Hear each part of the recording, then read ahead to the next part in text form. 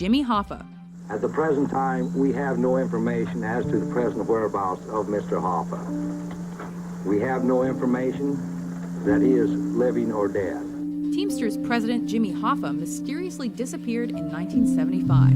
He called home at approximately 2:15 p.m. We have not heard from him since. While theories suggest he ended up buried under Giant Stadium, others claim he faked his own death. Why would he do that? Hoffa was in bed with organized crime for years, and some believe he had ratted out some of his cronies. The only recourse? Disappear into the witness relocation program. Nevertheless, Hoffa was officially declared dead in 1982. Could these carefully wrapped tubes of soil carried out among a sea of cameras possibly hold the remains of Jimmy Hoffa? This is kind of like an open wound. It just won't go away. Number 7, Michael Jackson.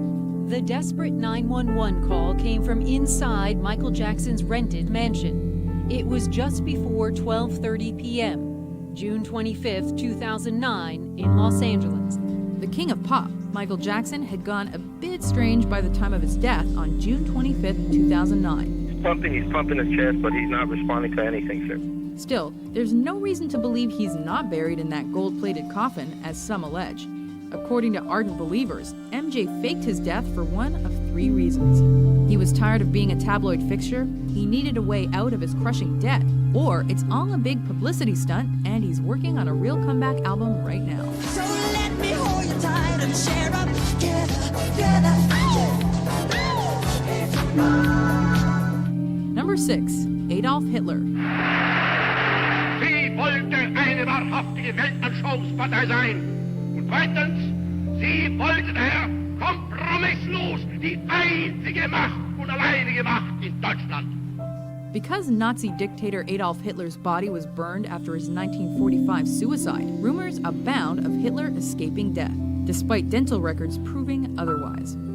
Then he studied the body for a time, and finally he said, "No, I was wrong. It's not Hitler." The most popular theory? He took a submarine to Argentina, a country which did indeed welcome many Nazi criminals. Supposed sightings of Hitler in Argentina continued for decades, but have since died down, perhaps because Herr Führer would be over 120 years old by now.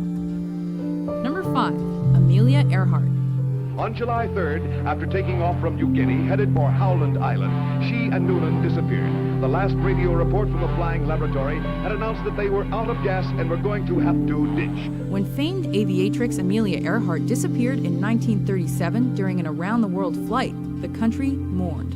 Then to a waiting world came news of disaster as the plane failed to reach tiny Howland Island in mid-Pacific.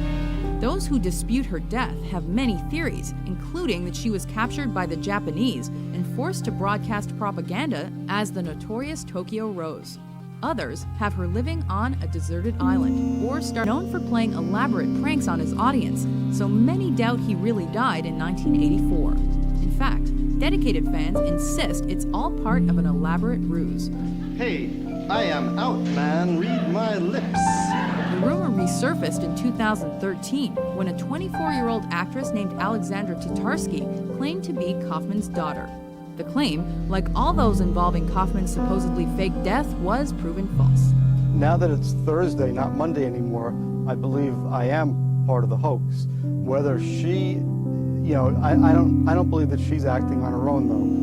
Number 3, Jim Morrison.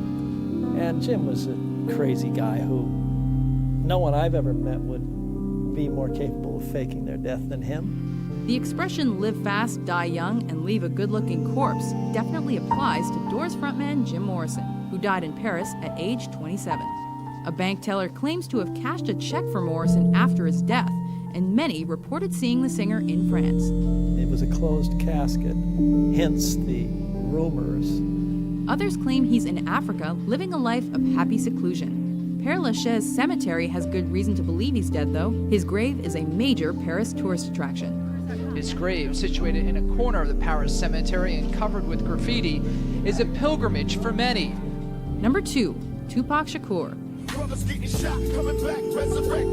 Tupac Shakur rapped that prophetic line on his album, The 7 Day Theory, which was released after his death in a drive-by shooting. Tupac Shakur, who died last Friday the 13th after being gunned down in a drive-by following the Mike Tyson Bruce Seldon boxing match September 7th. Before he died, Shakur had begun going by the name Machiavelli after the strategist who advocated faking death to fool enemies. And Suge Knight, who was in the car with Shakur when he was shot, has expressed doubt about his death.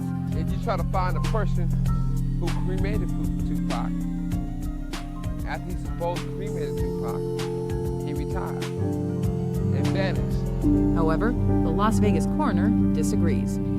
Before we unveil our top pick, here are a few honorable mentions.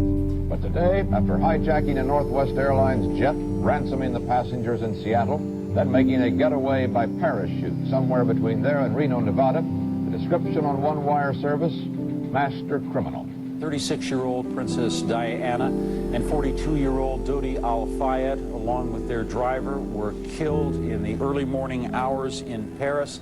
Number 1, Elvis Presley. I believe you're doing me wrong and now I know. I believe you're doing me wrong and now I know. The king is dead, long live the king. This phrase takes on new meaning when talking about Elvis. He died in 1977, but faithful fans claim a wax dummy is all that lies in his coffin. And there have been a colossal amount of supposed post-death sightings of the king. Sometimes he's sweeping the floor in a Stockholm bar, sometimes he's living in Las Vegas sewers, sometimes he's working as an Elvis lookalike at Graceland. Elvis sightings will never die, but neither will his music, and that's what really matters.